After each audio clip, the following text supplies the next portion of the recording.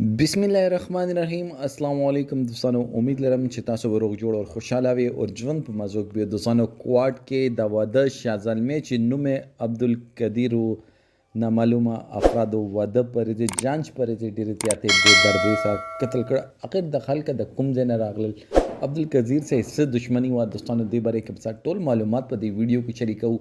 او که تاسو ټولو معلوماتو باندې ځان خبرول غواړئ، موږ ویډیو ځان څه تر اخره پورې وګورئ. او چې کوم ملګري مونږ په چینل باندې نوي دي هغوی د مونږ چینل مخه ځان سره سبسکرایب کړي، ټلې نشان دی وایي تاکہ مونږ راتلونکي معلوماتي ویډیو هغوی ته په اسانۍ سره ملافي. دوستانو مونږ چې کومې معاشرې کې اوسېږو نو هلته یار دوست پته نه لګي چې هغه تا د پر زړه کې څه لري. نن سبا یاران چې دي هغه ماران دي، هغوی یاران نه دي، هغوی باندې اعتبار کول ځان څه زیاتې دي.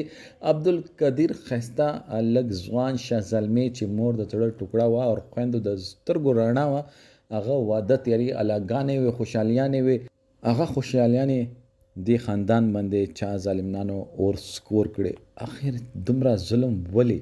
واده په ریزې جانچ په لارې کې نامعلومه افراد ورته راوځي او قتل کوي. د دشمني د څه خبرې؟ انسان آخر خپل معیار نه دومره ولې وغورځېدلو چې هغه دا نه ګوري چې دا خو د خوشحالۍ ریز ده. الله بنده تاسو چې کومه ورته اړولې ده هغه خو ورته اړولې، کم از کم دا خوشحالي چې ده دا خو هغوی مور او پلار باندې پرېږدئ چې پیرزو شي. تاسو دا خوشحالي په هغوی په کور باندې نه پیرزو کېده.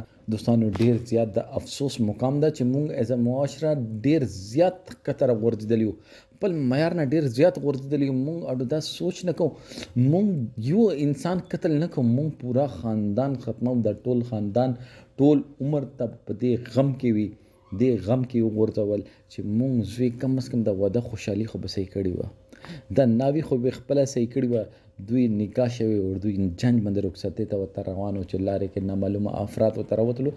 دا نامعلومه افراد لږ ټیم دپاره نامعلومه یې وروسته بیا پته ولګي چې دې کې یار دوست ملوث ده. چې ته داسې خبره به شوي چې یار دوست باندې ویلې چې موږ پښتانه ګپ خو لګو خو ګپ منو نه.